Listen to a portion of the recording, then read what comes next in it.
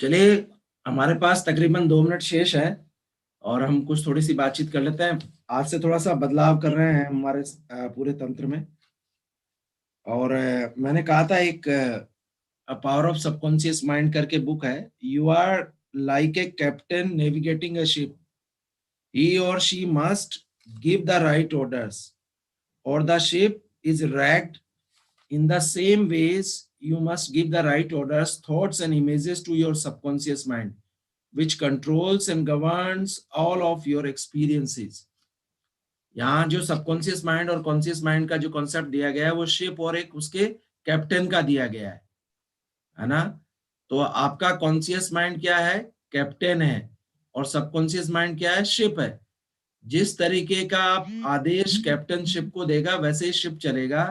जिस तरह के विचार, जिस तरह की इमेजेस, जिस तरह के थॉट आप अपने सबकॉन्शियस माइंड को देंगे वैसा ही वो चलेगा। if you are giving negative things to them, it works as like as that one. If you are fearful, यदि आप fearful है तो आप में fear ही आएगा। अरे यार क्या पता सुबह जाने से कुछ मिलेगा कि नहीं मिलेगा, अरे यार लॉ पढ़ने से कुछ होगा कि नहीं होगा, जीवन में आगे बढ़ूंगा कि नहीं बढ़ूंगा। Kindly switch on all of you are your videos please, as we decided. So subconscious mind is a ship and conscious mind is a captain. ऐसे करके एक एक पॉइंट लेंगे। आज से हमने बदलाव कर दिया। आज से इंग्लिश आपकी 2 दिन हुआ करेगी। अब Wednesday and Saturday 1 hour, rest of the दिन डेज लॉ। और जो विकेबलरी है वो रोजाना विकेबलरी आएगी, लेकिन विकेबलरी पर डिस्कशन नहीं होगा। अब वो डिस्कशन आपका वेडनेसडे और सैटरडे को होगा। वेडनेसडे और सैटरडे में अब आपको वीक में 2 पेज या कुछ काम करके हमें देना होगा, नहीं तो इंग्लिश की क्लास में हम बैठने नहीं देंगे अगले बार से। ये ध्यान रखिए, आपके मैंडेटरी है ये। हमें वो लोग नहीं चाहिए those who are not serious. चलिए, आज की बातचीत इतनी। 2 फरवरी 2021 में आपका स्वागत है। सीआरपीसी पर हम बातचीत करते हैं। 6-5 हो चुके हैं, 55 मिनट। वर्मा सर आज आप ले रहे हैं सीआरपीसी? नहीं, दिग्विजय सर लेंगे आज। दिग्विजय सर लेंगे। So Digvijay sir, have you send some material to me?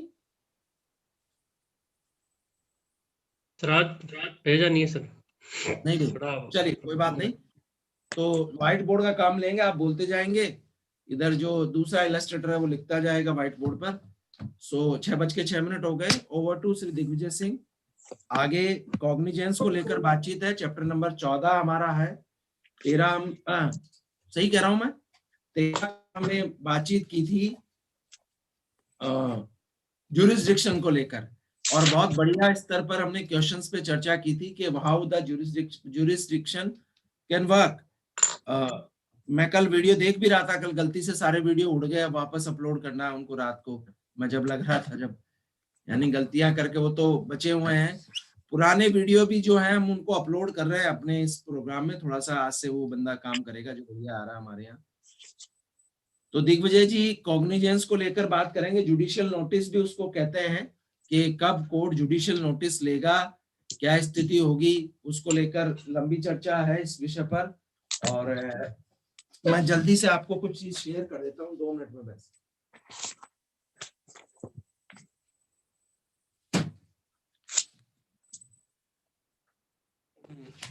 Chapter number 14 कौन से सेक्शन तक है, जल्दी से बता दो फिर चले बस आगे।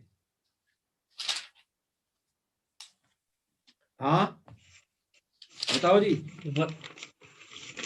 चैप्टर 14 190 से 199 है सर। हाँ 190 से 99 है। मैं थोड़ा सा 1 मिनट आपके सामने बात रख देता हूँ, फिर उसके बाद चलता हूँ दिग्विजय। रोजाना ही करेंगे।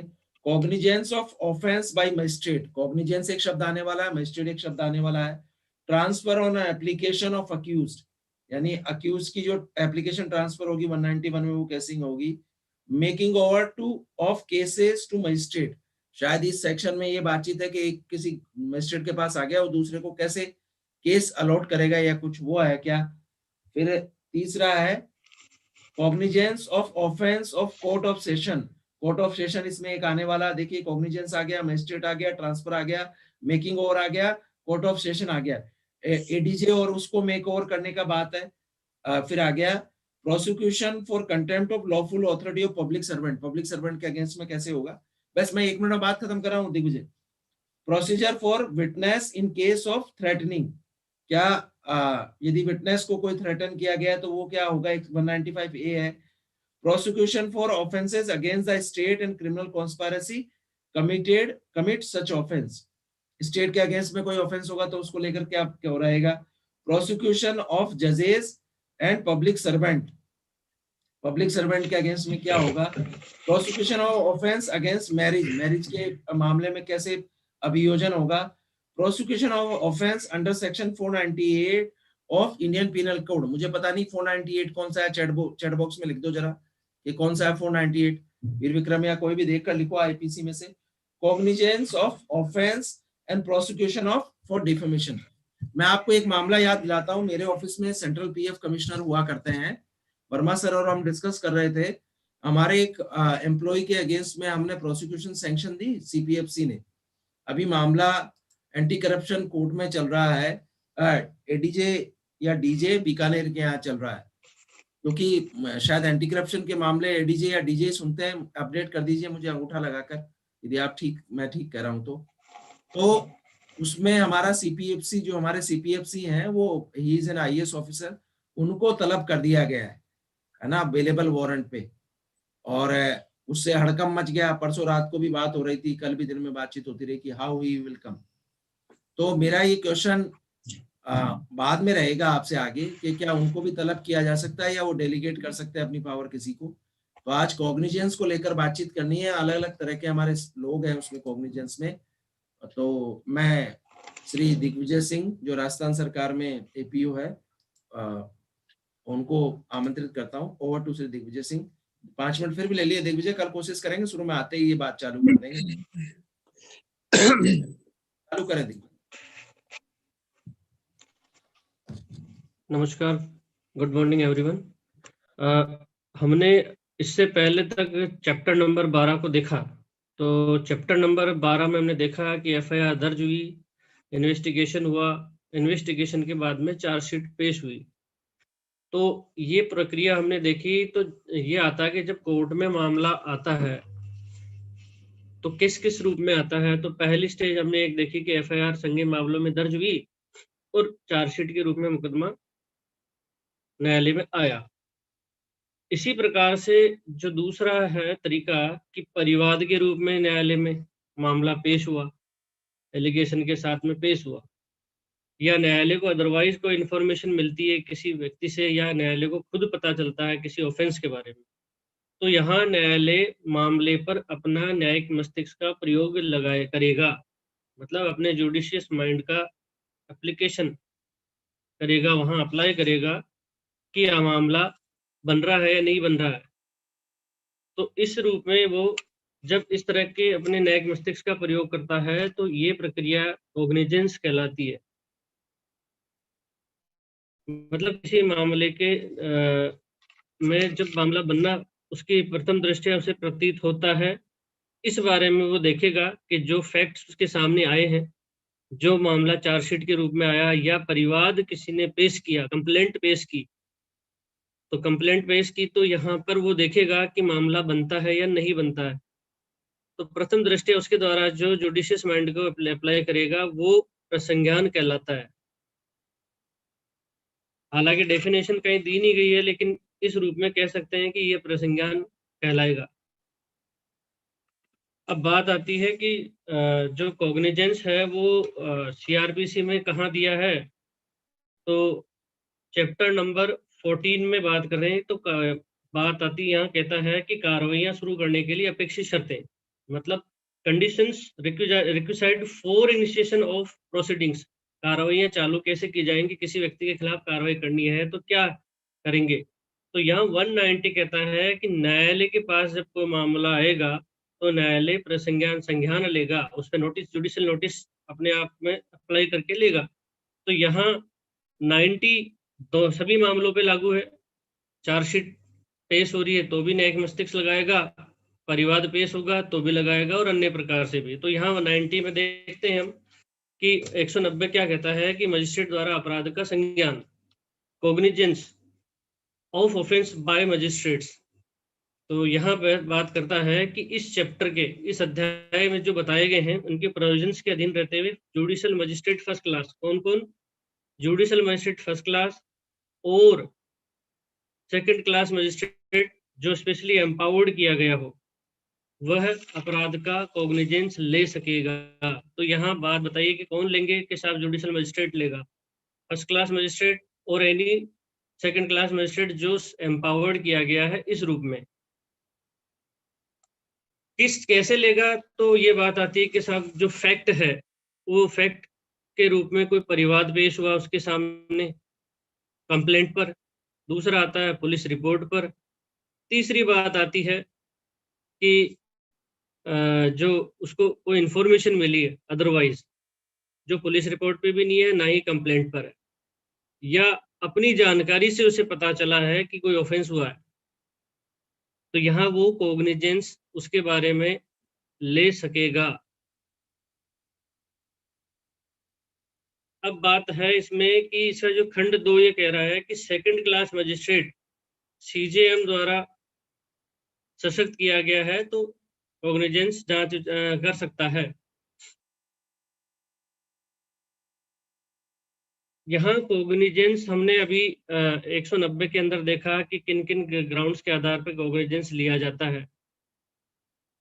तो यहाँ उनकी उसके पास 3 आधार आए, परिवाद आया, पुलिस रिपोर्ट इसके आधार पे, या कोई इंफॉर्मेशन उसे मिली, या कोई खुद की स्वयं प्रेरणा से वो ले सकेगा। अब यहाँ इस प्रसंज्ञान लेने से पहले भी कुछ ऐसी अपेक्षित शर्तें हैं जिन्हें इस चैप्टर में शर्तें बोला है, या उन्हें हम कुछ ऐसे बाधाएं भी कह सकते हैं, बैरियर भी है जो रोकते हैं कि सीधा न्यायालय कॉग्निजेंस नहीं लेगा। कुछ कंडीशंस हैं जिनमें, जैसे कुछ ऑफेंसेस हैं, हम उस पर चर्चा कर सकते हैं। तो ऐसे एक उदाहरण के रूप में हम लेते हैं कि मान लीजिए किसी न्यायालय ने कोई समन जारी किया, पुलिस ऑफिसर को दिया, समन की पालना करवाने के लिए भेजा, और ऐसे समन की कंप्लाइंस, ऐसा व्यक्ति जिसके विरुद्ध समन जारी हुआ है वो उससे फरार हो जाता है, उससे एस्केप करता है, समन की कंप्लाइंस नहीं होने देता है, या और प्रकार के जैसे लोक सेवक ने कोई ऑर्डर जारी किया और उस ऑर्डर की कंप्लाइंस नहीं करता है।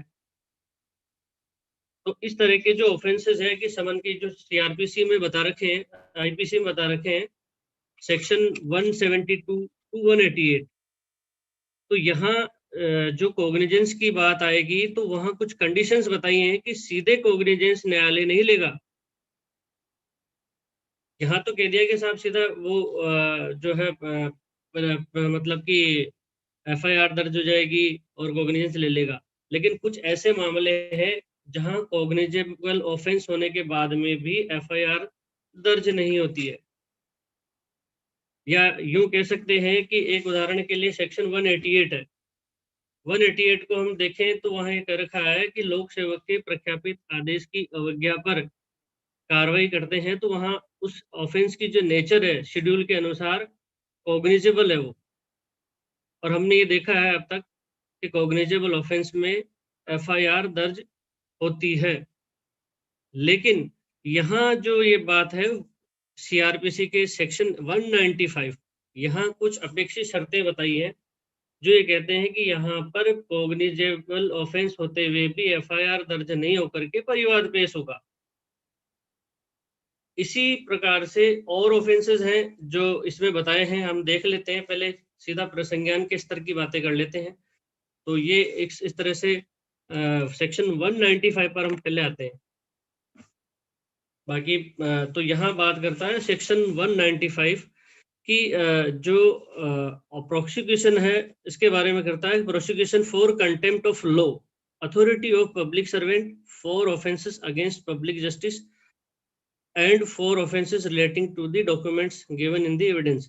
तो यहाँ कह रहा है कि जब ऐसे ऑफेंसेस जो इसमें बताए हैं आगे, उनमें न्यायालय प्रसंज्ञान तब लेगा जब संबंधित पब्लिक अथॉरिटी जिसके आदेश की अवज्ञा हुई है या जिनके उसके प्राधिकार से जो ऑफेंस हुआ है, तो वहां उनके परिवाद पर ही मुकदमा संस्थित होगा। तो यहाँ बात करते हैं सबसे पहले कि सेक्शन 172 से 188 जो आईपीसी के अंदर बताए गए ऑफेंसेस हैं, वहां पर कुछ अपराध संज्ञेय हैं, कुछ अपराध असंज्ञेय हैं। लेकिन जहां अपराध संज्ञेय होते हुए भी यहाँ पर उन दशाओं में, जैसे उदाहरण के लिए 188 हमने देखा, तो यहाँ पर ऐसे अपराधों की दशा में भी जो है परिवाद पेश होगा। और ये परिवाद कौन पेश करेगा? ऐसे अपराधों के बारे में संबंधित लोक सेवक। सपोज करिए कि सुप्रीम कोर्ट का एक ऑर्डर बजरी के रोग के संदर्भ में लगाया एनजीटी की सिफारिश से, बजरी खनन नहीं करेंगे, लेकिन ऐसे सुप्रीम कोर्ट के लोक सेवक होते हुए उसके आदेश की अवज्ञा, डिसोबे कोई करता है और खनन करता है, तो यहाँ पर ये माना जाएगा कि लोक सेवक के आदेश की अवज्ञा की है, तो यह 188 का एक ऑफेंस बनता है। अब 188 का जब ऑफेंस बनेगा, या यूं कह लें कि एक अलग से एक उदाहरण है कि अभी कोरोना पैंडेमिक के समय हमने देखा कि जिला कलेक्टर ने एक ऑर्डर निकाला कि 5 व्यक्ति या ग्रुपिंग में नहीं चलेंगे या मास्क लगा के घूमेंगे। तो इस तरह की जो आदेश निकाले, उनकी अगर कोई डिसोबे करेगा तो वो ऑफेंस 188 में हुआ। अब 188 में ऑफेंस हुआ तो यहाँ पर क्या होगा? उसके लिए मामला कॉग्निजेबल है, लेकिन क्या हुआ? तो यहाँ परिवाद पेश करना पड़ेगा। अगर यदि परिवाद पेश नहीं किया, एफआईआर दर्ज कर ली, तो वो कार्रवाई को विशिट करता है। मतलब कार्रवाई यहाँ पर दूषित मानी जाएगी। जो मैंडेटरी प्रोविजन बताए हैं उनको पालना करनी पड़ेगी अकॉर्डिंग टू 195 सीआरपीसी, ये कहता है। इसी तरह से और ऑफेंसेस हैं जिन्हें हम देखेंगे, ज्यादा डिटेल डिस्कशन करेंगे तो एक सेक्शन ही कंप्लीट नहीं होगा। तो इस प्रकार से देखें, उनका अवलोकन करें 172 से 188 का। इसी प्रकार जो यहाँ कौन करेगा, तो यहाँ पर पब्लिक सर्वेंट, कोई भी पब्लिक सर्वेंट जो जिसके उसका ऑफेंस हुआ है, वहां पे वो पब्लिक सर्वेंट संबंधित करेगा उसके बारे में। फिर इसके बाद में आता है कि ऐसे कोई ऑफेंसेस हुए हैं जो सेक्शन 193 से 196, 193 में ये बता रखा है कि कोई मिथ्या साक्ष्य गढ़ता है या मिथ्या साक्ष्य देता है, कोई फॉल्स एविडेंस दे न्यायालय में, या फॉल्स फैब्रिकेटेड एविडेंस मतलब रचता है, तो यहाँ पर, या फिर ऐसे जो 199, 200, 205, 211, 228 जो संबंधित है, ये सब न्यायालय की प्रक्रिया के अधीन न्यायालय की कार्रवाइयों में अगर ऐसा कोई ऑफेंस गठित होता है, तो यहाँ पर संबंधित न्यायालय के परिवाद पर ही प्रसंज्ञान लिया जाएगा, अन्यथा नहीं लिया जाएगा। मान लीजिए कि कोई, इसमें उदाहरण देख सकते हैं हम कि न्यायालय के अंदर कोई व्यक्ति जो है ड्यूरिंग एविडेंस कोई ऐसा कूट रचित दस्तावेज पेश करता है जो फॉल्स है, झूठा है, और वो पेश करता है न्यायालय की कार्रवाइयों में ड्यूरिंग एविडेंस, तो यहाँ पर ऐसे मामले में एफआईआर दर्ज सीधे नहीं होगी यदि मामला कॉग्निजेबल भी है। तो यहाँ पर इन दशाओं में संबंधित लोक सेवक जिसके समक्ष ऐसा अपराध हुआ है, अब यहाँ न्यायालय लोक सेवक हो गया, न्यायालय का पीठासीन अधिकारी, वो यहाँ पर परिवाद पेश करेगा। अब वो प्रक्रियाएं 340 में भी दे रखी हैं, वो अलग है, हम बात कर रहे हैं केवल कि वहां पे कौन करेगा, तो यहाँ पर संबंधित न्यायालय करेगा। फिर इसी प्रकार से इसी के 195 के खंड 1 के अंदर ही जो आगे बात आती है, वो 463 का जो है आईपीसी का अपराध, 471, 471, 475, 476, ये जो ऑफेंसेस हैं, ये भी अगेन न्यायालय में ही उनकी कार्रवाइयों में किए गए हैं। अब 463 को देखें तो कूटरचित दस्तावेज जो है उनके बारे में है कि कोई फोर्स डॉक्यूमेंट पेश करता है, और 471 भी उससे संबंधित है, 475, 476, इस तरह से जो ऑफेंसेस है उसमें बताए गए हैं। इन ऑफेंसेस को एक बार देखें, ध्यान से अवलोकन करें। तो इन सभी मामलों में जो है कोई भी कार्रवाई होती है न्यायालय के समक्ष, तो यहाँ पर न्यायालय परिवाद करेगा, और इन ऑफेंसेस का कोई षड्यंत्र किया है या कोई ऐसा अटेम्प्ट किया है या अबेटमेंट किया, ये सब पर ये लागू है। तो यहाँ 195 में बात निकल करके आई कि ये जितने भी आईपीसी से संबंधित अपराध जो इसमें बताए गए हैं 195 के खंड उपधारा 1 के ए और बी पार्ट में, उन सभी मामलों में संबंधित पब्लिक सर्वेंट या उस पब्लिक सर्वेंट के जिसके वह अधीनस्थ है उसके द्वारा किया जाएगा। इसी प्रकार से जो बात आती है कि सेक्शन अब आगे चलते हैं कि ऐसे कुछ मामले हैं जिसमें कोई व्यक्ति एविडेंस एविडेंस के लिए किसी को बाध्य करता है कि साहब झूठ ये फला व्यक्ति के खिलाफ एक के खिलाफ जो है झूठी गवाही न्यायालय में दो, तुम नहीं दोगे तो मैं तुम्हें मार दूंगा, इस तरह की थ्रेटनिंग देता है किसी व्यक्ति को कोई, तो यहाँ पर एक स्पेशल प्रोविजन है आईपीसी में सेक्शन 195A, वहां उसे पनिशेबल बनाया है कि कोई व्यक्ति किसी को धमकाता है झूठी गवाही देने के लिए, यूं समझ ले आम शब्दों में फॉल्स एविडेंस न्यायालय में देने के लिए, तो यहाँ पर जो ऐसी धमकी दी जाएगी वो 195A के अनुसार अपराध है। अब ऐसा अपराध चाहे वो कॉग्निजेबल हो या नॉन कॉग्निजेबल हो, शेड्यूल के अनुसार वो कुछ भी हो, लेकिन यहाँ पर संबंधित उस व्यक्ति के परिवाद पर ही कॉग्निजेंस लिया जाएगा। ये बात करता है सीआरपीसी का 195A, दोनों ही जगह 195A है, सीआरपीसी और आईपीसी। इसी प्रकार से जो 195A हमने अभी देखा, ये जुड़ा था 2009 के अमेंडमेंट से। अब बात आती है नेक्स्ट कि जब कुछ अपराध ऐसे हैं कि जहां पर अभियोजन के लिए स्वीकृति की आवश्यकता होती है, या यूं कहें कि अपराध सीधा न्यायालय कॉग्निजेंस नहीं लेगा जब तक कि अभियोजन स्वीकृति ना आए, या अगेन कॉग्निजेंस से सीधा मतलब रोक रहा है कि ये फुलफिलमेंट हो तो ही कॉग्निजेंस न्यायालय ले, जैसे कि अभियोजन स्वीकृति आए। तो अभियोजन स्वीकृति यहाँ पर कुछ अपराध जो आईपीसी से पनिशेबल, आईपीसी के अंदर पनिशेबल है, उनके बारे में 196 में बात की है, और इसके अलावा भी ऐसे कई और ऑफेंसेस है जो अन्य विधियों में भी हैं।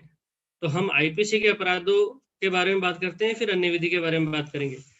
तो आईपीसी के अंदर सेक्शन जो सीआरपीसी का 196 बताता है कि ऐसे अपराध जो राज्य के विरुद्ध किए गए हैं, और ऐसे अपराध जो इसमें क्रिमिनल कंस्पायरेसी भी शामिल है। अब वो कौन से ऑफेंसेस है, ये 196 का पहला खंड बताता है कि आईपीसी के अपराध जो चैप्टर 6 में बताए गए हैं, आईपीसी के चैप्टर 6 में कौन से अपराध हैं जो राज्य के विरुद्ध अपराध है, सेक्शन 121 टू 130 के आसपास जो बताए गए हैं वो ऑफेंस है। राज्य से भारत सरकार के विरुद्ध युद्ध करना है, उसका षड्यंत्र करना है, और भी मैत्री राज्यों के साथ में युद्ध करना, इस तरह की प्रोविजंस वहां पे दिए हुए हैं। तो उनका, या section 153A of IPC, 295A of IPC, 505 का क्लोज 1, ये जो है 153A में कहा है कि धर्म, मूल, वंश, जाति, इनके आधार पे सौहार्द को नहीं बिगाड़ेंगे, ऐसा कोई जो है उस तरह की बातें हैं वहाँ पे। 295A में भी इसी तरह की बातें हैं कि कोई किसी की धार्मिक भावनाओं को आहत करने के लिए जो है कुछ तरह के कार्य करेगा कोई, तो वहाँ 295A में पनिशेबल है।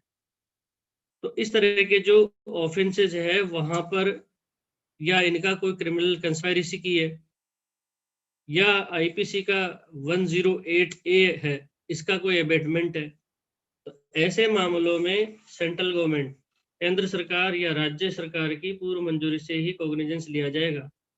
यहाँ अभियोजन स्वीकृति सैंक्शन आना अपेक्षित है। अभी अपराध याद रखना जरूरी है कि कौन कौन से ऑफेंसेस है। इसके बाद जो है सेक्शन 153B, जिसका 1A कहता है 196 का कि 153A, अब 153B हमने ऊपर देखा और 153B है, बी भी इसी तरह का है।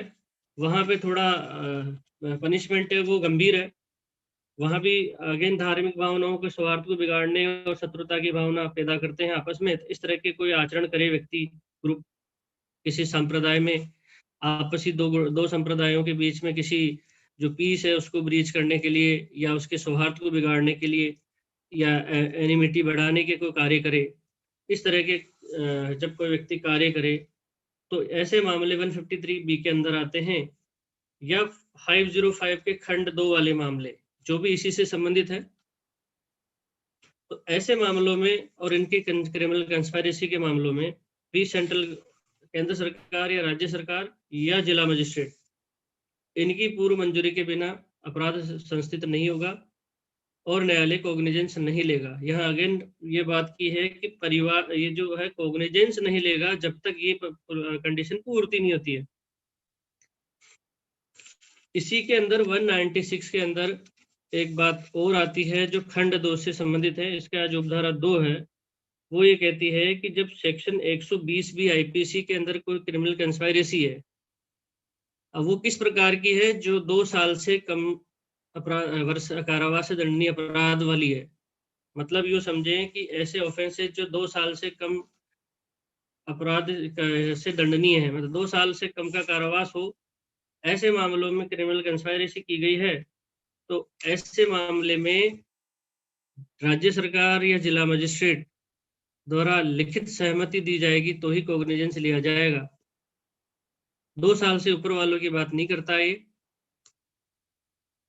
अब इसके बाद में और बात आती है, हमने जो अभी सेक्शन 195 के बारे में देखा कि जो न्यायालय के समक्ष कोई ऐसा न्यायालय के समक्ष या किसी लोक सेवक के प्राधिकार की अवज्ञा की है, जो हमने 172 से 188 देखा, और इसके अलावा न्यायालय के समक्ष कोई झूठी गवाही दे या कोई फॉल्स एविडेंस पेश करता है, इस तरह के हमने जो देखे। ऐसे मामले में जो है क्रिमिनल कंस्पायरेसी यदि 2 वर्ष से कम का भी है तो ऐसी मंजूरी की अपेक्षा सहमति की आवश्यकता नहीं है।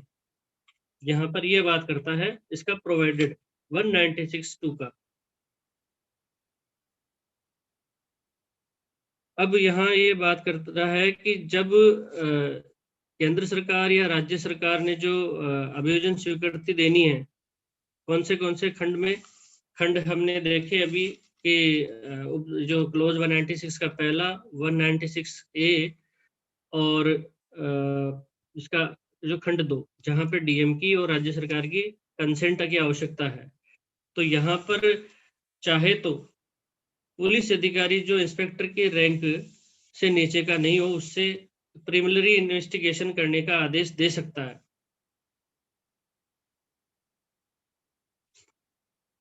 इसी तरह से और ऑफेंसेस और आते हैं जिनमें भी अभियोजन स्वीकृति की आवश्यकता होती है। अब वो कौन से ऑफेंसेस हैं? हमने अभी तो आईपीसी के अपराधों की बात की।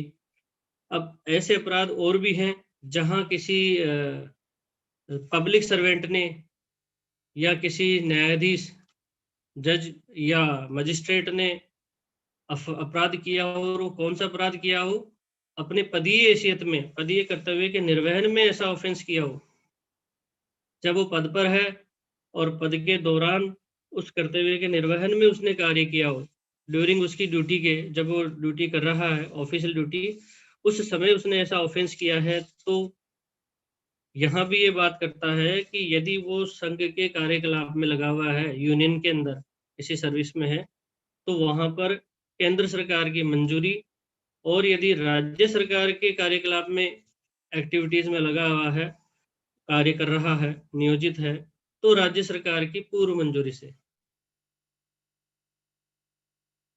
न्यायालय संज्ञान लेगा, अन्यथा नहीं लेगा। यहाँ कोग्निजेंस की बात आ रही है, यहाँ ध्यान देने योग्य है कोग्निजेंस। तो अभियोजन चलाने की स्वीकृति यहाँ आएगी तभी कोग्निजेंस लिया जाएगा। तो 196 के खंड 1 में हमने एक ए और बी 2 बातें देखी। पहले ये कह दिया कि सब जो कोई भी न्यायाधीश है या कोई ऐसा मजिस्ट्रेट है या कोई पब्लिक सर्वेंट है, ये अपने पदीय कर्तव्य के निर्वहन में कोई अपराध करते हैं, तो ऐसे अपराधों के बारे में न्यायालय कोग्निजेंस तभी लेगा जब केंद्र सरकार की मंजूरी, यदि केंद्र के उसमें सर्विस में है, सेवा में है तो, और अन्य मामलों में जहाँ स्टेट में है तो राज्य सरकार की पूर्व मंजूरी से। मान लीजिए इस दौरान जब आपात लग गया है, कोई इमरजेंसी लगी हुई है 356(1) की, 356 आर्टिकल 356(1) के अनुसार यदि कोई इमरजेंसी है, आपातकाल की उद्घोषणा हो रखी है, तो ऐसी स्थिति में राज्य सरकार की सैंक्शन की बजाय केंद्र सरकार सैंक्शन देगी, क्योंकि उस समय केंद्र इसमें ये बात आगे की है प्रोवाइडेड में 197 में कि यदि ऐसी स्थिति है तो राज्य सरकार के स्थान पर केंद्र सरकार समझा जाएगा। फिर बात आती है कि पदीय कर्तव्य के निर्वहन में यदि किसी पब्लिक सर्वेंट ने आईपीसी के कुछ अपराध है, जैसे कि 166A, जैसे पुलिस ऑफिसर है वो मुकदमा दर्ज नहीं करता है, 166A का ऑफेंस हो गया, एफआईआर दर्ज करने के लिए उसके पास पीड़ित गया, पीड़ित की वो एफआईआर दर्ज नहीं करे, तो यह 166A का ऑफेंस है, पदीय कर्तव्य के निर्वहन में है। इसी प्रकार से 166B है, 354 का कोई ऑफेंस ऐसे व्यक्ति ने किया है, 354A, B, C, D ये जो आईपीसी में पनिशेबल है, और 376A, B, C, D और 509 ये जो महिलाओं के विरुद्ध जितने भी अपराध हैं, यहाँ पर सैंक्शन की आवश्यकता नहीं है। हालांकि ये पदीय कर्तव्य के निर्वहन में किए गए हैं। यह प्रोविजन एक्सप्लेनेशन ये कह रहा है कि 197 का एक्सप्लेनेशन ये कहता है फर्स्ट खंड 1 का कि शंकाओं को दूर करने के लिए घोषित किया जाता है कि पब्लिक सर्वेंट की दशा में जब ऑफेंसेस ये बताए हैं जो अभी बात की हमने, इन मामलों में कोई मंजूरी अपेक्षित नहीं है, यहाँ सीधा मुकदमा दर्ज हो जाएगा। न्यायालय यहाँ न्यायिक मस्तिष्क का प्रयोग कर सकेगा विदाउट प्रोसिक्यूशन सैंक्शन के भी। अब यदि कोई व्यक्ति संघ के सशस्त्र बलों में पदस्थापित है और आर्म्ड फोर्सेस में है और वो पदीय कर्तव्य, अगेन वही पदीय कर्तव्य के निर्वहन में कोई ऑफेंस करता है, तो यहाँ पर कौन सैंक्शन देगा? यहाँ केंद्र सरकार अभियोजन स्वीकृति देगी, तभी कॉग्निजेंस लिया जाएगा। अब मान लीजिए कि ऐसा संघ के सशस्त्र बल का कोई सदस्य है और राज्य सरकार यदि उसे अपने कार्यकलापों में पब्लिक पीस मेंटेन करने के लिए कुछ ऑर्डर्स के तहत उसे अपॉइंट करती है या कार्य में वो लगा हुआ, तो वहां पर राज्य सरकार की मंजूरी अपेक्षित रहेगी। और यदि अगेन वही बात है कि 356 आर्टिकल के अनुसार इमरजेंसी लगी हुई है, तो यहाँ पर यदि राज्य सरकार ने भले ही संघ के सशस्त्र बलों को कार्यकलाप में लगाया हो, लोक व्यवस्था के लिए कार्यभार सौंपा हो, फिर भी केंद्र सरकार की मंजूरी अपेक्षित रहेगी इमरजेंसी के दौरान।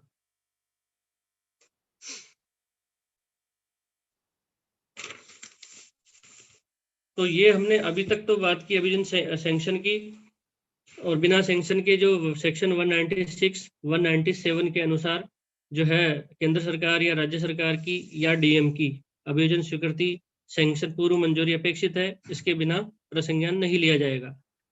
इसी प्रकार से एक आध उदाहरण और देख सकते हैं, जैसे स्पेशल प्रोविजंस हैं कुछ स्पेशल अधिनियम में। आर्म्स एक्ट है, आर्म्स एक्ट में सेक्शन जो 3/25 अमूमन सेक्शन 3 के वायोलेशन में कोई व्यक्ति गन कैरी करता है, तो ऐसे मामलों में सेक्शन 25 में वो पनिशेबल है, तो वहां पर सेक्शन 39 के अनुसार डीएम की सैंक्शन अपेक्षित है। इसके अलावा मुकदमा संस्थित हो भी गया है तो वो कंप्लायंस पूरी नहीं होती है तो न्यायालय कॉग्निजेंस नहीं लेगा, और वहां पर अभियुक्त जो है वो एक्विटल होगा उसका।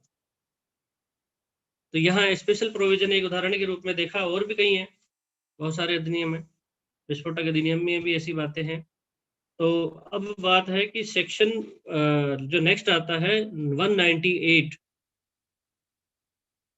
198 में भी इसी तरह की बात करता है।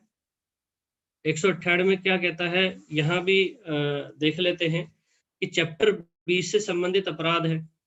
चैप्टर 20 में क्या है? चैप्टर 20 में आप देखें तो कि विवाह विरुद्ध अपराध है। एक बार अवलोकन कर लें चैप्टर 20 क्या कहता है। तो चैप्टर 20 में जो ऑफेंसेस है वो विवाह विरुद्ध अपराधों के बारे में है। वहाँ यदि कोई ऑफेंस हुआ है तो वहाँ कॉग्निजेंस न्यायालय कब लेगा? परिवाद पेश करने पर लेगा। यहाँ बात आती है, थोड़ा डिफरेंट है कि परिवाद पेश करने की बात करता है कि यहाँ पे परिवाद पेश होगा तो कॉग्निजेंस लिया जाएगा, अदरवाइज नहीं लेगा। पर यहाँ ये भी बात कहता है कि यदि ऐसा व्यक्ति जिसके लिए परिवाद किया जाना है वो विक्टिम है और वो जो है 18 वर्ष से कम आयु का है, या कोई व्यक्ति पागल है या जड़ है, किसी रोग से ग्रस्त है, अंग शैथिल्य से ग्रस्त है, तो वहां ऐसी दशाओं में परिवाद, या कोई महिला है जो किसी भी कष्टम के कारण लोगों के सामने नहीं आ सकती है, तो ऐसी दशा में कौन करेगा? तो कि ऐसी दशा में कोई अन्य व्यक्ति कर सकता है उसकी ओर से, जिसे न्यायालय इजाजत दे, वो परिवाद पेश कर सकता है। यहाँ इस रूप में परिवाद पेश होगा तो कॉग्निजेंस लेगा। अगेन कॉग्निजेंस की बात है यहाँ पर।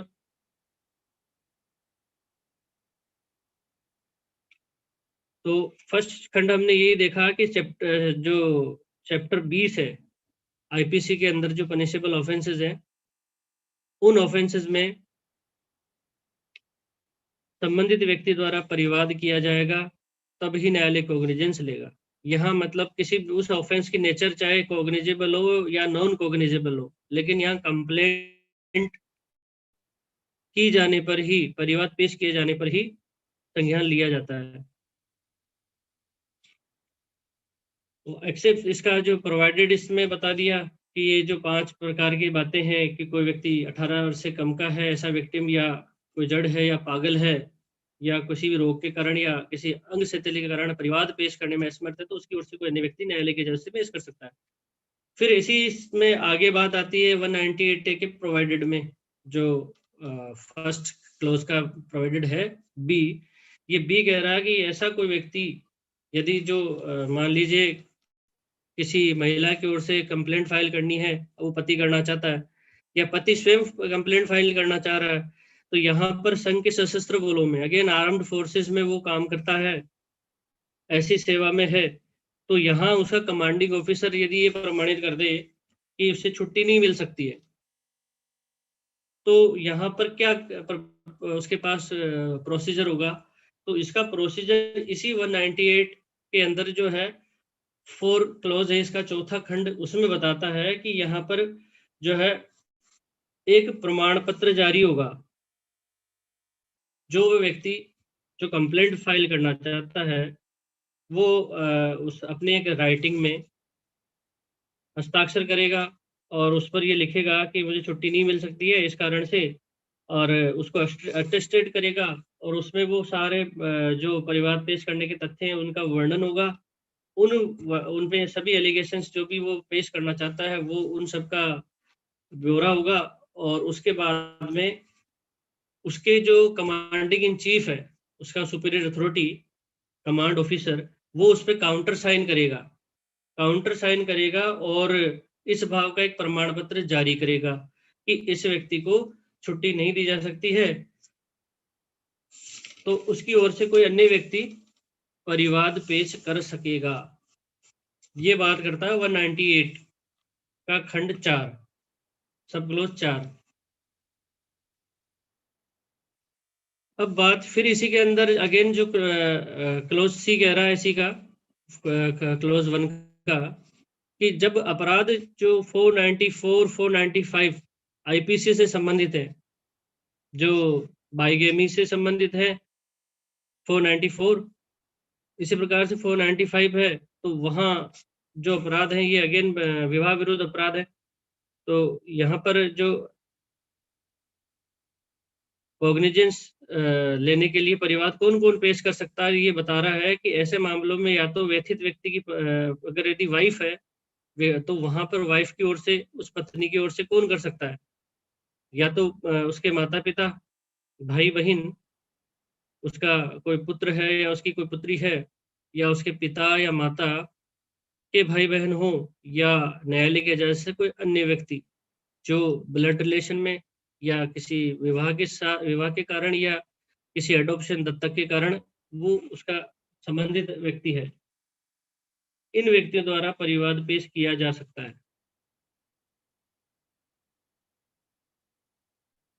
अब अगेन यह है बात कि 497 और 498 के जो ऑफेंसेस है, एडल्ट्री से संबंधित है या इसी तरह का एक ऑफेंस 498 में है, तो यहाँ मामलों में कौन करेगा? तो यहाँ पर ये कहता है कि स्त्री के पति से भिन्न व्यक्ति यहाँ पर व्यथित नहीं समझा जाएगा, मतलब उसको पीड़ित माना है केवल पति को यहाँ पर, तो इसकी बात की है।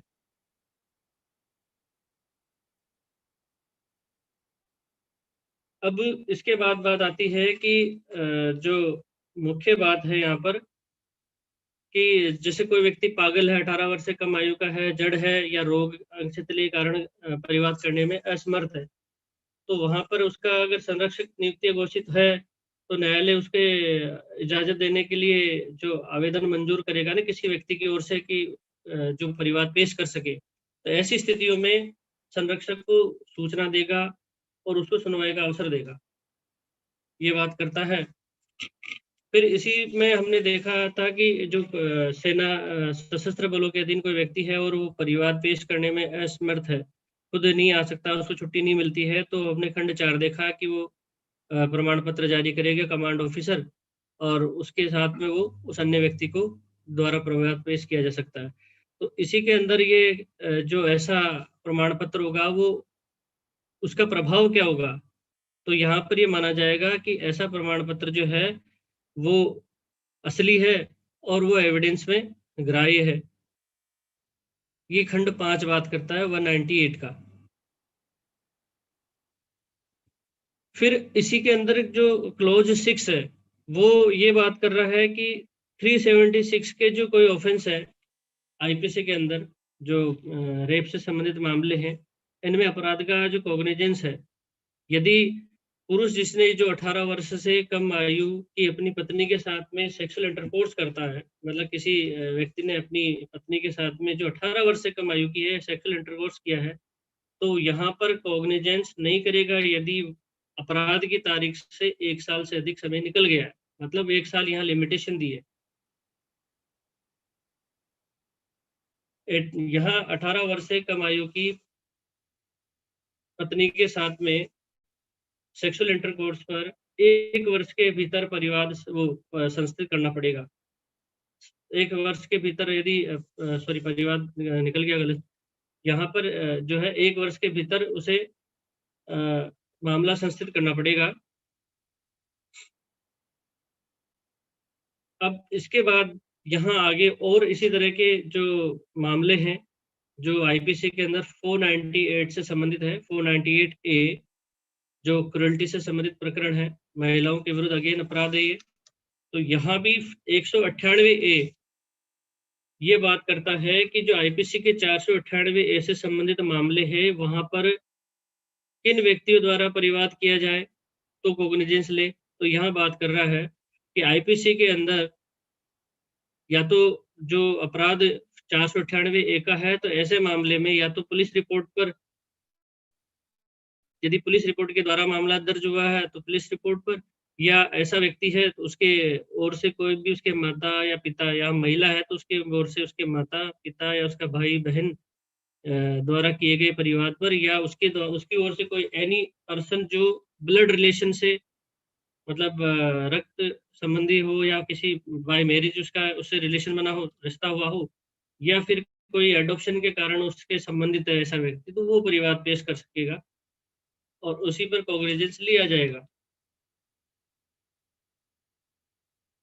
फिर एक 198 इंसर्ट हुआ 2013 में।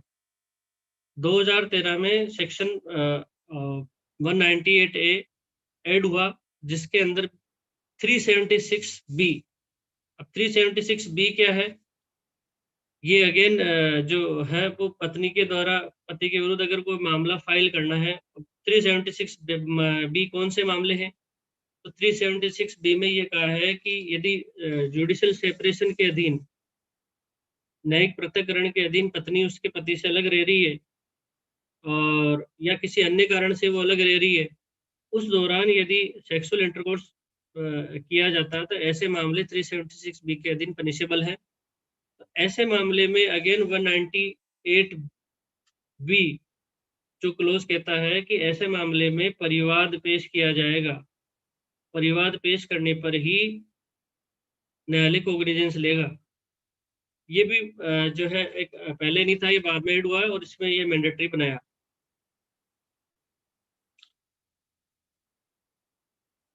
अब इसी प्रकार से जो है सेक्शन 199 अब नेक्स्ट आता है। यहाँ भी अगेन कोग्निजेंस पर जो है कुछ शर्तें अधिरोपित की हैं कि सीधे कोग्निजेंस नहीं होगा।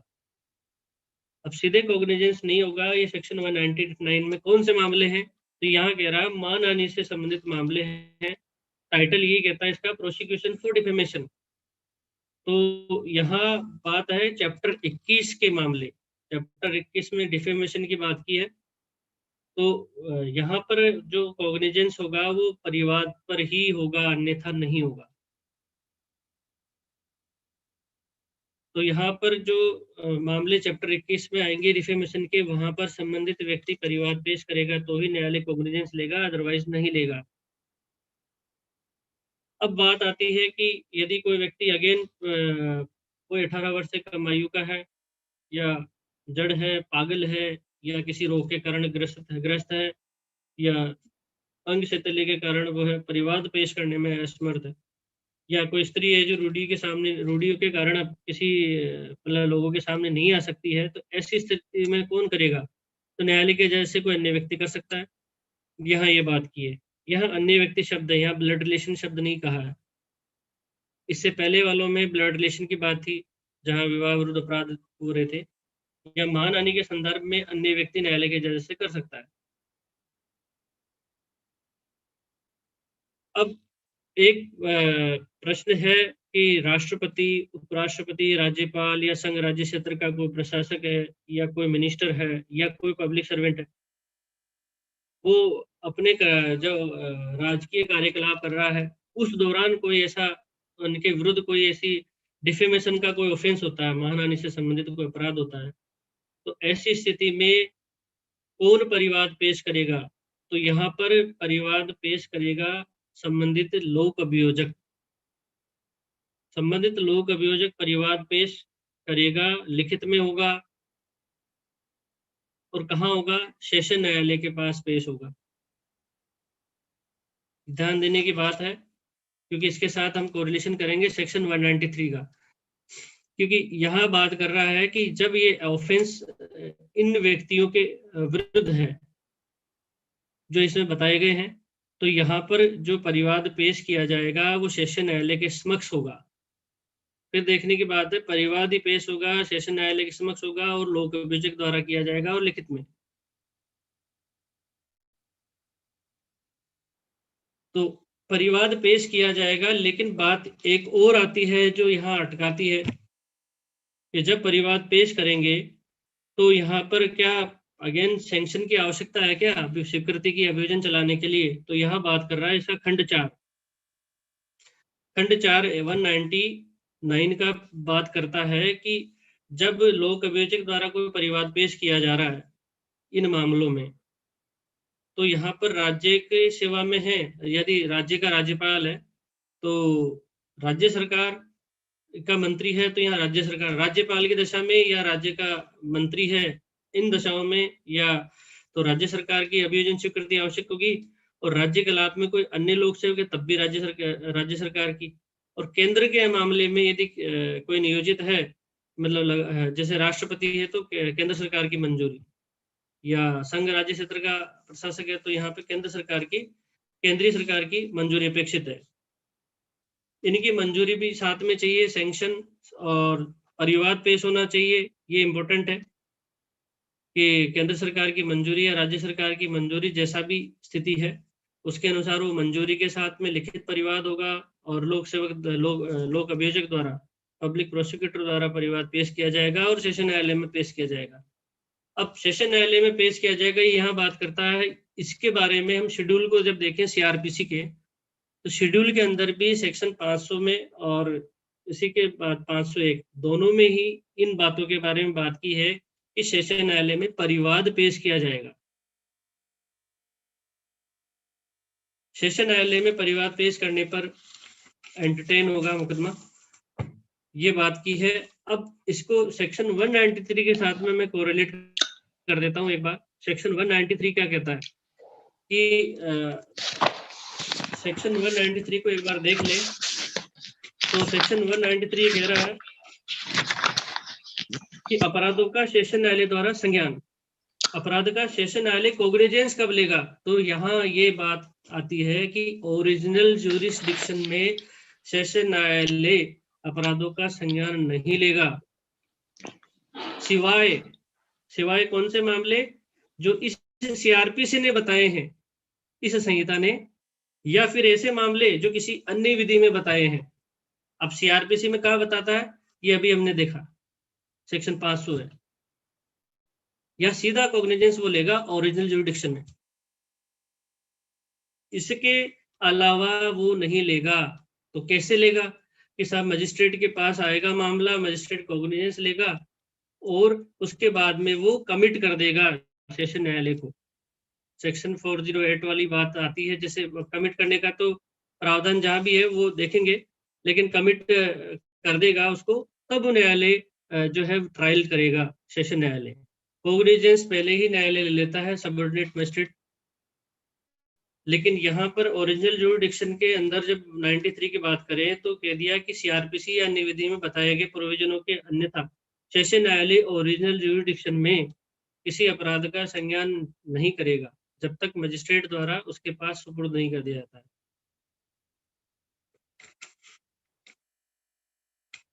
तो सीधे ओरिजिनल ज्यूरिसडिक्शन में प्रसंज्ञान नहीं लेता है सेशन न्यायालय। अब यहाँ आपराधिक परिस्थिति सेक्शन 500 है। इसी तरह से और भी स्पेशल एक्ट्स हैं, जैसे अनुसूचित जाति जनजाति अत्याचार निवारण अधिनियम है, जहाँ पर एफआईआर भी सीधे स्पेशल कोर्ट में ही जाती है, जो सेशन न्यायालय के रैंक का अधिकारी होगा उसी के पास। या इसी तरह से पॉक्सो एक्ट है, उनके मामले हैं तो वहाँ भी सीधा ओरिजिनल ज्यूरिसडिक्शन में एफआईआर और संबंधित प्रकरण जो है ऐसे स्पेशल न्यायालय के पास जाता है, तो वो सीधा प्रसंज्ञान लेता है।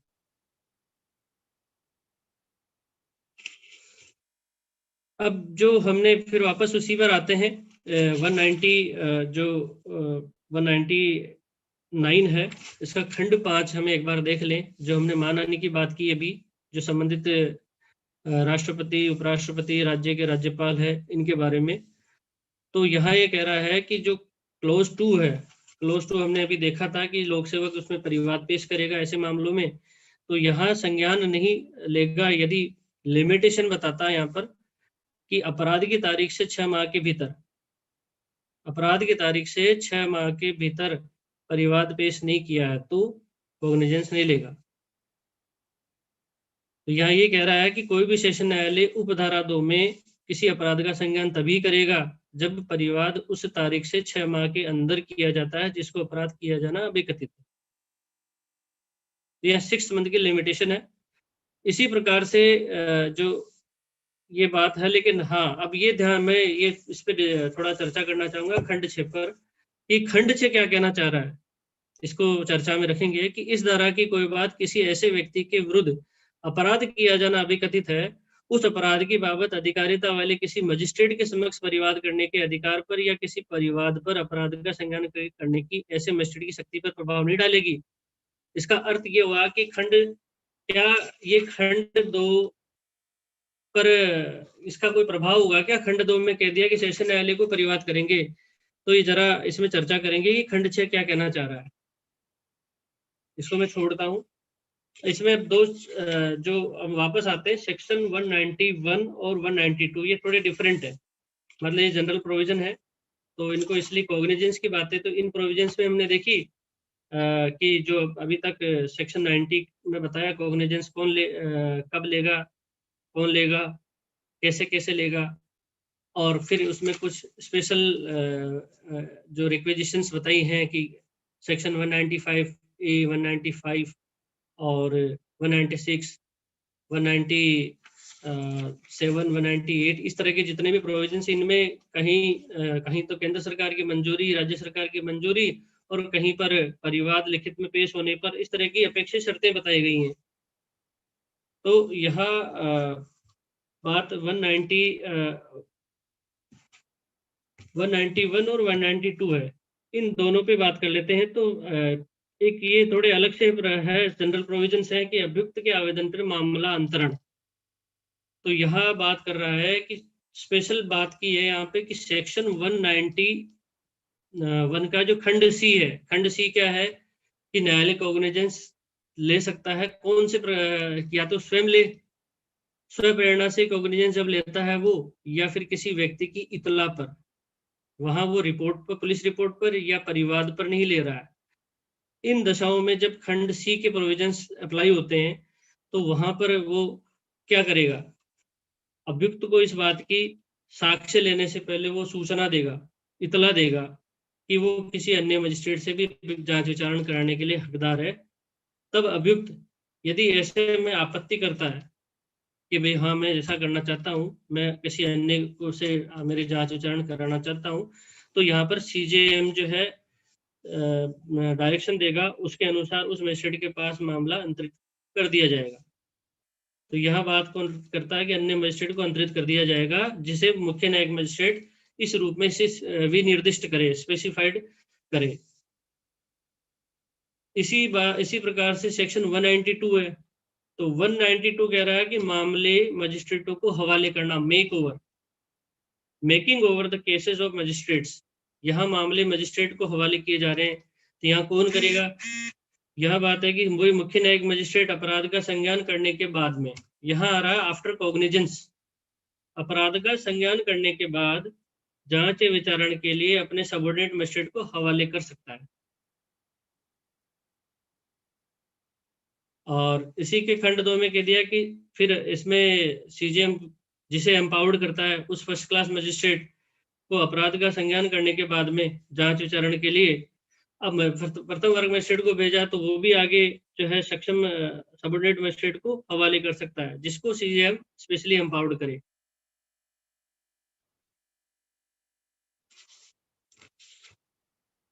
वन 194 बात करता है, ये टाइटल सेक्शन है कि एडीजे और असिस्टेंट सेशन जज हैं, वो मामलों को उनको जब भेज दिए जाते हैं, सुपुर्द कर दिए जाते हैं, तो वो जो है विचारण कर सकते हैं। तो ये कह रहा है कि सेशन न्यायाधीश या सहायक सेशन न्यायाधीश ऐसे मामलों का विचारण करेगा जिन्हें खंड का सेशन न्यायालय स्पेशल ऑर्डर से या साधारण ऑर्डर से उसे हवाले करे, या विचारण के लिए हाईकोर्ट ने विशेष रूप से उसको एम्पावर्ड किया है। हाँ सर उमेश जी, बस थोड़ा हो ही रहा है, 2 मिनट का समय लूंगा मैं। इसमें एक केस लो है जो हमने बात की सेक्शन 195 के बारे में। यहाँ पर एक केस है मुनियप्पन वर्सेस स्टेट ऑफ तमिलनाडु, 2010 का है ये, मुनियप्पन वर्सेस स्टेट ऑफ तमिलनाडु। इसमें यही बात की है कि यदि मैंडेटरी प्रोविजंस फॉलो नहीं होते हैं, संबंधित ये जो 195 के अंदर जहां बताया है उस तरह के प्रोविजंस जो आज्ञापक प्रावधान है उनको फॉलो नहीं किया जाता है, तो वो प्रक्रिया विशिएट समझी जाएगी। जैसे सेक्शन 188 की बात हमने की थी, तो इस केस लो में यही बात की कि 188 का जब मामला है तो वहां पर लिखित परिवाद अपेक्षित है, और परिवाद पेश नहीं किया जाता है तो वो विशिएट कार्रवाई को विशिएट करता है। इस केस लो में बात की है। इसी प्रकार से एक है Kanwarpal Singh versus state of UP, 2019 का है, ये 4/21 पर बेस्ड है। Kanwarpal versus state of UP 2019 का है। इसमें भी ये बात की है कि यदि जो आज्ञापक प्रावधान है कि परिवाद पेश किया जाना है संबंधित सक्षम अथॉरिटी, तो अगर यदि वो ऐसा नहीं करता है तो यहाँ पर वो कार्रवाई विशिष्ट समझी जाएगी, उसका लाभ एक्यूज्ड को मिलेगा।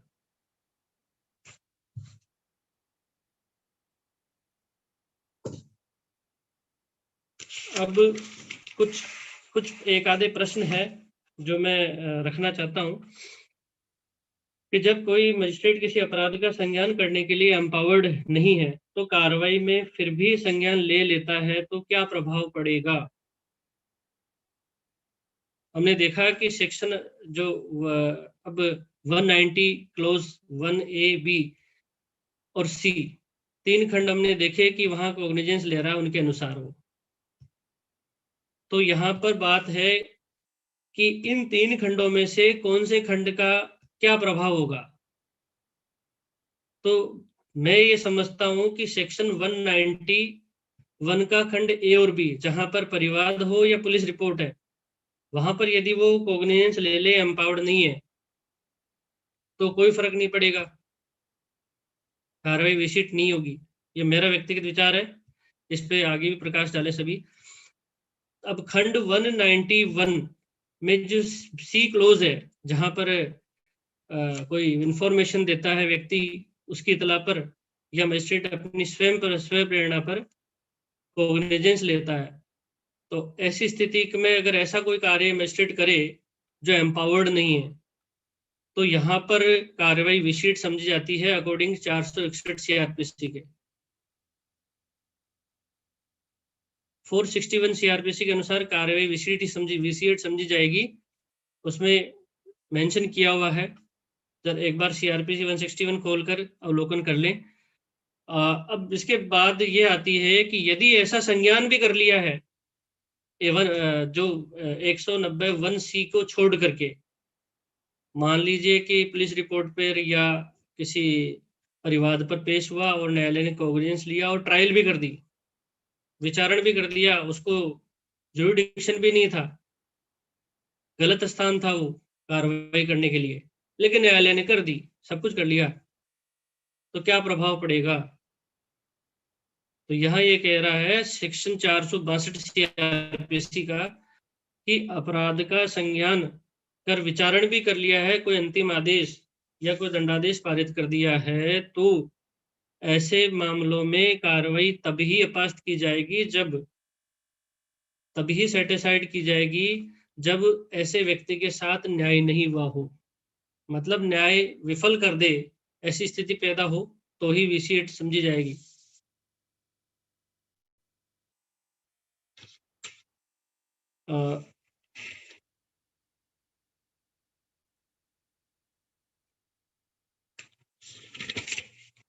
ओवर टू यू सर, हो गया आज का। कुछ और भी है लेकिन फिर टाइम हो रहा है।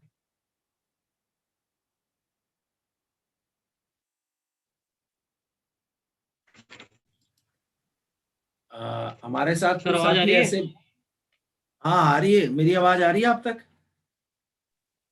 जी आ रही है सर, सर। आ रही है। है ना? आज हमने कॉग्निजेंस को लेकर पढ़ा, और कॉग्निजेंस के साथ साथ जुडिशियल नोटिसिंग कह दे तो ज्यादा ठीक रहेगा। क्या कहीं टेकिंग कॉग्निजेंस पूरी सीआरपीसी में है? पहला प्रश्न मेरा ये है।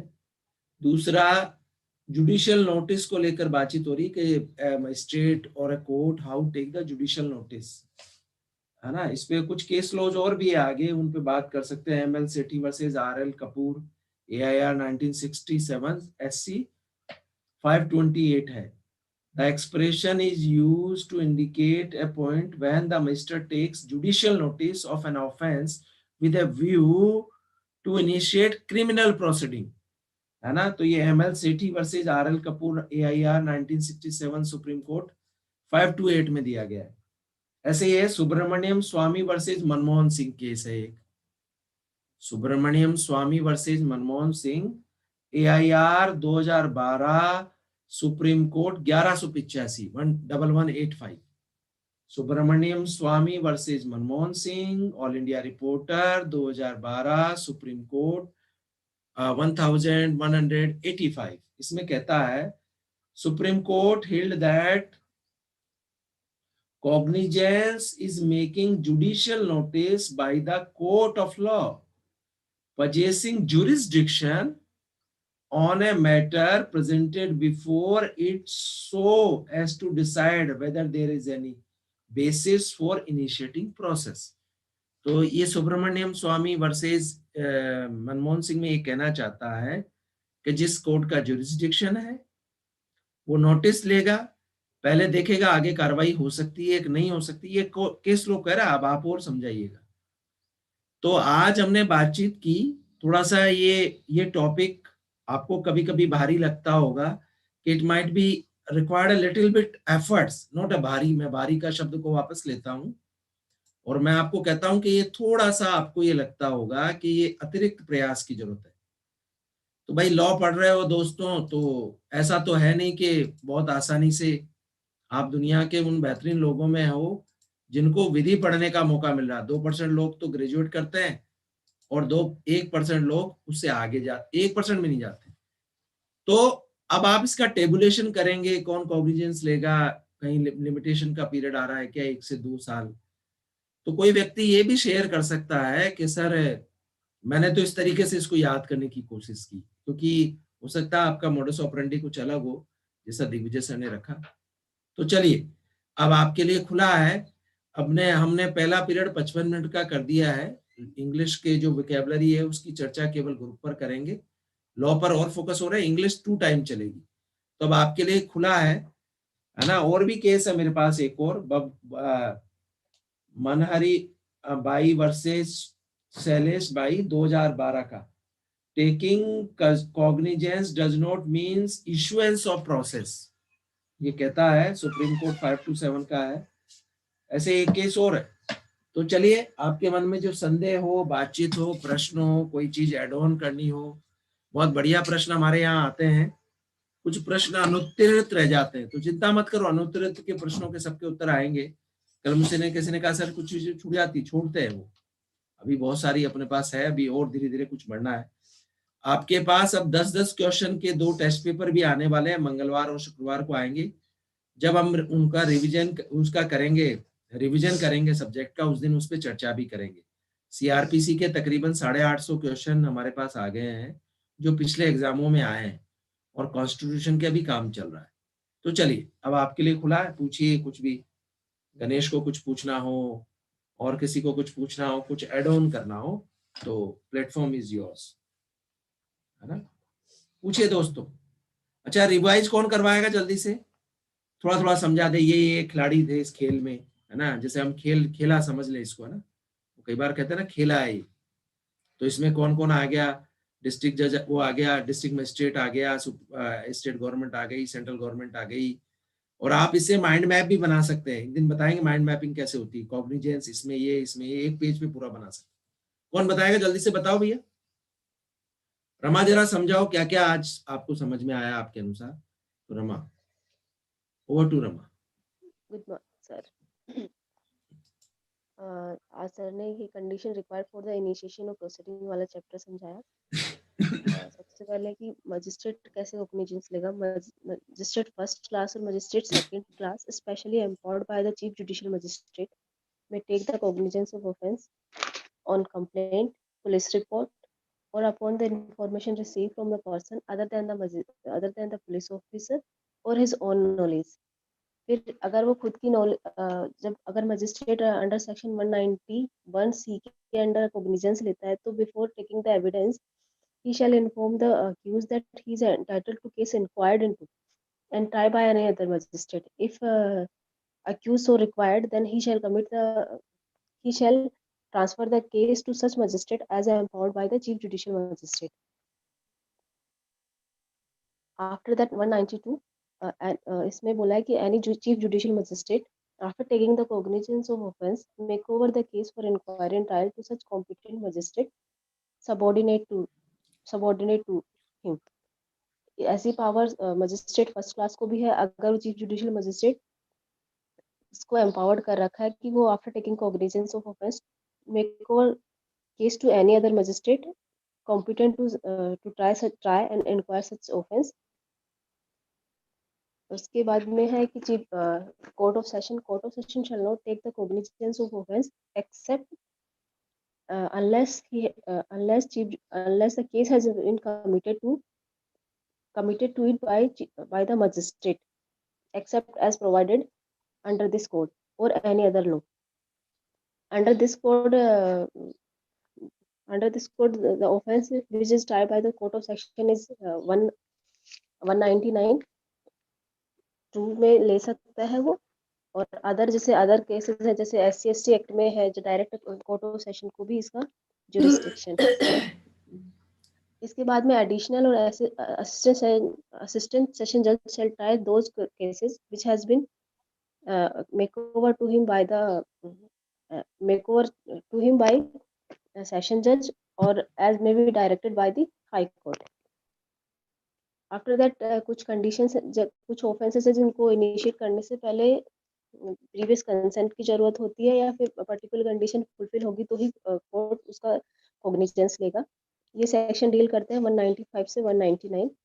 द फर्स्ट है 195 के अंदर है कि court shall not take the cognizance of offence punishable under section 172 to 188 of IPC, abatement, attempt, or any criminal conspiracy to commit such offense, except complaint in writing made by the public servant or some other public servant to whom he is administrative subordinate, or any offense punishable under section 193 से 196, 199, 200, 205 to 221 and 228. When such offense is related to any proceeding in any court, or any offense punishable under section 462, 471, 475 and 476 of IPC, and any criminal conspiracy to commit, attempt or abatement of such offense, then court shall not cognizance unless the complaint in writing made by the court or any officer authorized by on this behalf, or some court to which that court is subordinate.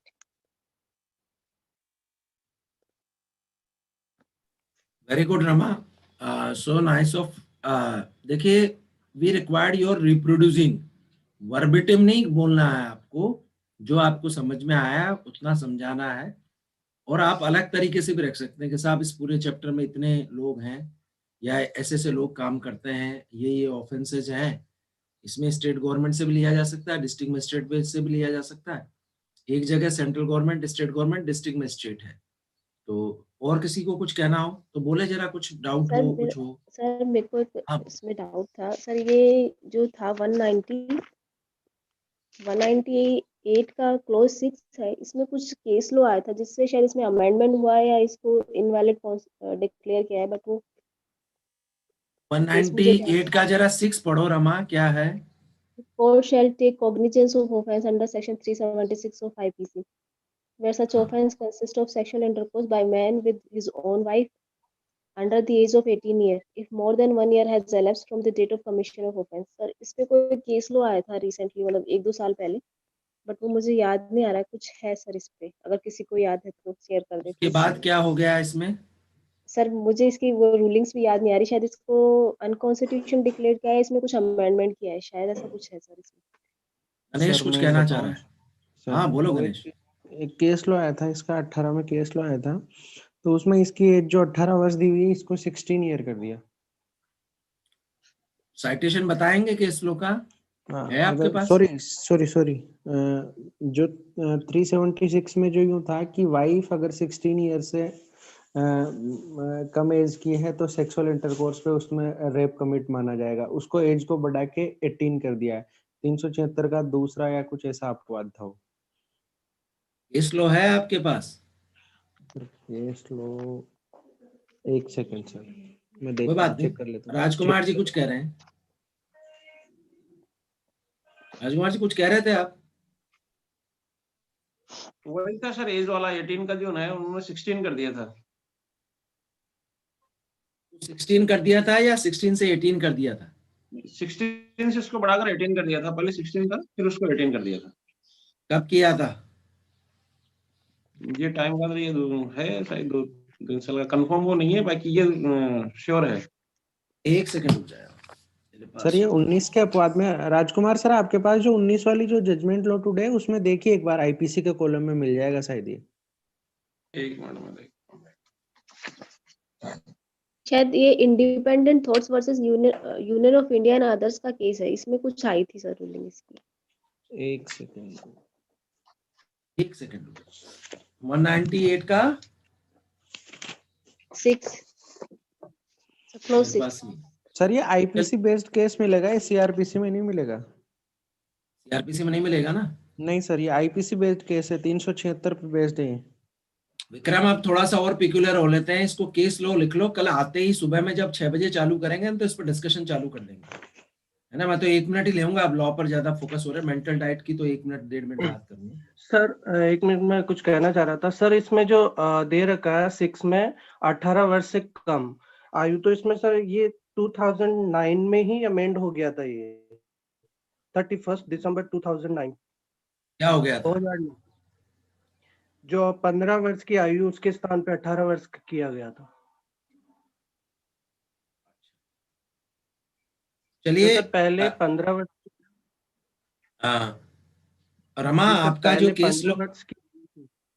हाँ जी Rama sir. कह रही हैं इस पे एक case लो आया है जिसमें कुछ डायरेक्शन या कुछ नए रिवीलिंग फैक्ट्स हैं। तो रमा केस लो जरा रिपीट करेंगी दोबारा? शायद ये independent thoughts versus union of India है sir case. Independent thoughts versus union of India. Veer Vikram note कर लें आप, रमा भी डाल देंगी। आज इसको ढूंढते हैं जरा, कल 5 मिनट इसी पे चर्चा करेंगे। वर्मा सर ने जो अब बदलाव करवाया है उनके सुझाव से बड़े बदलाव हुए अपने यहाँ समूह में और इसके रिजल्ट बढ़िया है, तो कल हम उस पर बातचीत करेंगे रमा। आज थोड़ा सा उसको छोड़ देते हैं अभी। अच्छा, किसी को और कुछ कहना? दिग्विजय कुछ कहना चाह रहे हैं? सर मैं ये कहना चाह रहा हूँ कि मैंने एक क्वेश्चन रखा था 199 पर लास्ट के क्लॉज 6 पे।